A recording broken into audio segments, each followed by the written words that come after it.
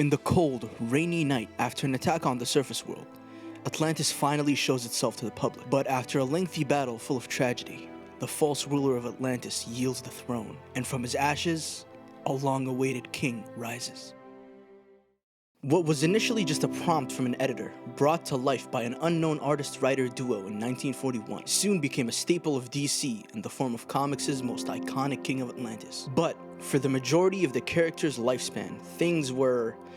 yeah, you already know what happened. As Aquaman broke into mainstream consciousness in the 1970s, so did his inherent gags and goofy aesthetic, prompting casual enjoyers of superheroes and hardcore fans alike to consider him a clown of a character for the decades to come. Into the 80s, 90s, 2000s, and early 2010s, Aquaman was tragically stuck in stagnation, forced to live through a cycle where artists and writers alike tried their best to make him sophisticated and appealing to a mass audience, only to achieve mild success. It wasn't until the New 52, DC's infamous company-wide reboot in 2011, that the superstar duo of a writer, Jeff Johns, who at that point was famous for Justice Society, The Flash, and Green Lantern, as well as Teen Titans, and artist Ivan Reyes, also famous for Green Lantern, decided to make a drastic change. What followed next was a 3-year stint on Aquaman that not only laid the foundation for his depiction of modern comics, film, and TV, but also helped redefine the character forever. A story about love, loss, and most importantly, how one can rewrite their own destiny. You could argue that Aquaman 2011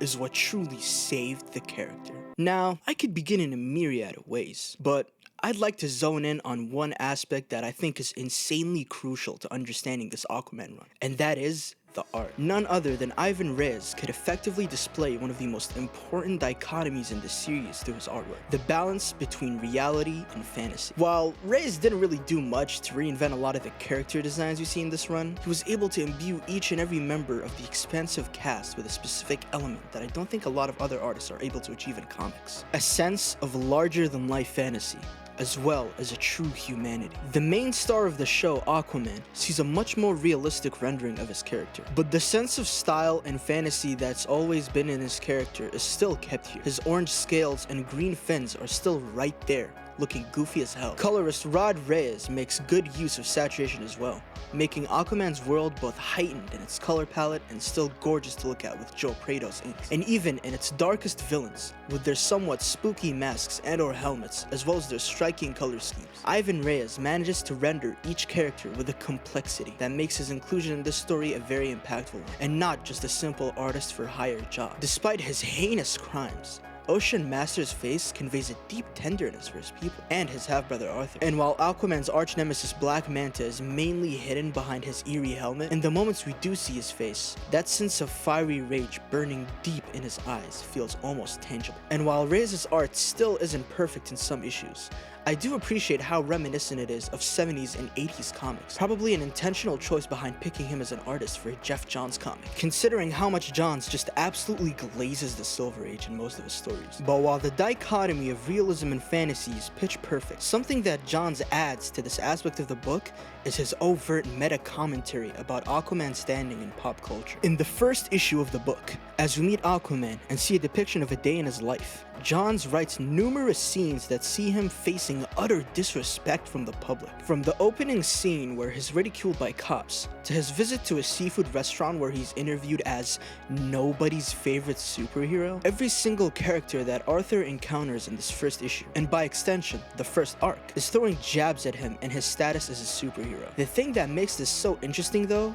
is the fact that this isn't used as a one-time statement. This constant disrespect and annoyance towards Aquaman seeps into his mental state, effectively laying the foundations for what would become Arthur's character arc throughout this run. He says he doesn't care numerous times, but the effects are clear. There is even a moment in issue 5 where Arthur is stranded on a desert with no water, and as he begins hallucinating his dead father, these insecurities are truly brought to light, with Arthur's hallucination of his dad berating him. Since this version of the character used to be the King of Atlantis before giving the throne to his half-brother following civil unrest, his father says that he only gave up on Atlantis because he felt like he belonged in the surface world. But as he described it, this version of Aquaman is truly alone. Nowhere he belongs, nowhere he can truly call home. After all, How can a hero thrive in a world that constantly disrespects him? In this sense of imposter syndrome, Johns manages to deeply humanize a character that had long been associated with either goofy 40s antics or extreme 90s edge. He could have done a multitude of things to make this character more down to earth, but he chose to use one of the most impactful feelings anyone can have: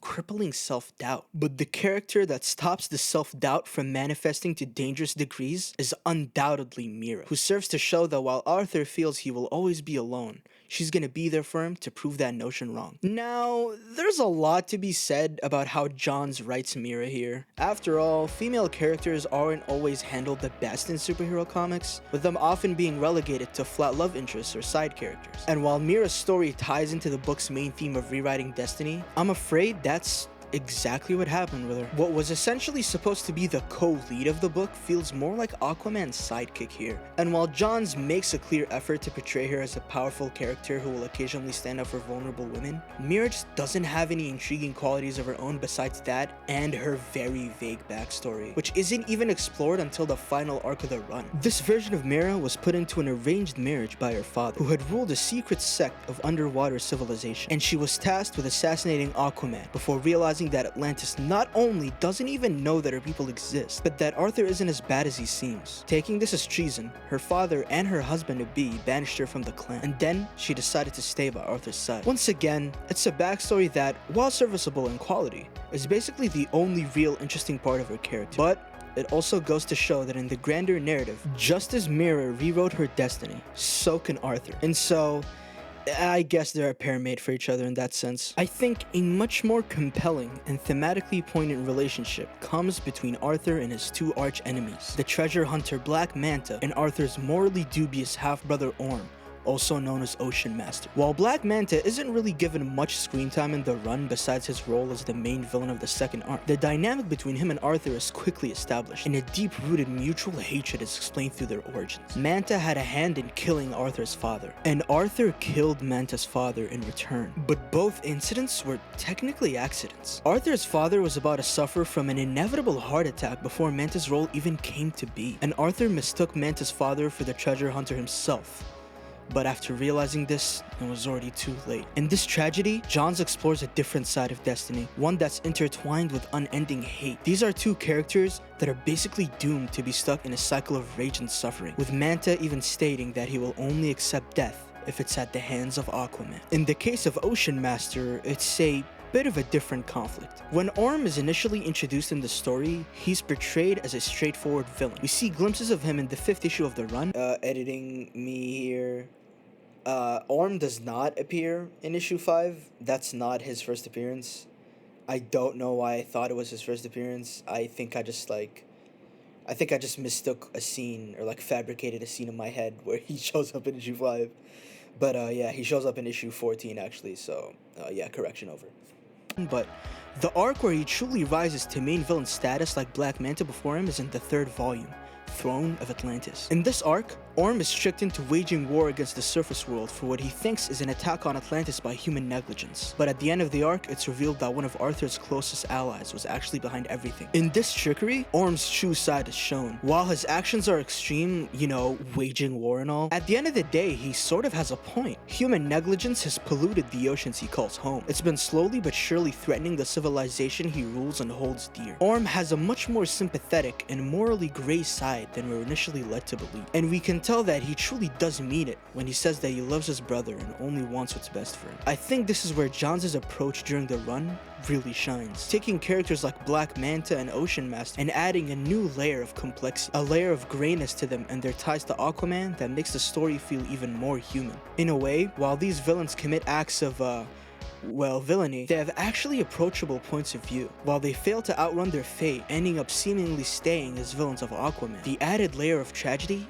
is that you want them to rewrite their destinies, like Arthur will. This leads us to the final arc of this run, titled Death of a King and told in Volume 4. Death of a King is not great, due to a common thread found in other arcs of the series wherein John's focus is more on world building than actual character work. The plot here is pretty mediocre, but it ends the run on a perfect note thematically speaking. The plot is that the very first king of Atlantis comes back to life mysteriously and takes the throne from Arthur, which leads to Arthur finding out about his true heritage. Previously, Aquaman took the throne from Orm in the climax of Throne of Atlantis, but he didn't want it. It was a massive turning point in his arc, showing him coming to terms with his insecurities and responsibilities in order to rise to the occasion. And now, that sense of responsibility is being tested in the greatest way imaginable. As Arthur discovers that his lineage dates back to the first king of Atlantis' evil brother, not the king himself, we see that Arthur has been defying what was set for him this entire time. Instead of following the darker path laid out by his ancestor, he's been a hero, dedicating his life to doing the right thing. And now, armed with this knowledge and a brand new trident, he marches to the dead king's throne and takes back what's his. This is the idea that the run essentially hinges on. It's not just Arthur. Anyone can defy the path others have seemingly set for them or expect them to go down. Because at the end of the day, it's you who writes your future, no one else. To close out this video, I want to say that I think this also takes on a meta meaning as well. Aquaman didn't just pave his own path in the story, he did it in the real world as well. The 2018 Aquaman film, which uses this run as its primary influence, made over $1 billion at the box office. The runs that followed this were also major successes, and while the long-term effects of the Aquaman renaissance haven't fully shown themselves beyond that, I think the character has a bright future ahead of him.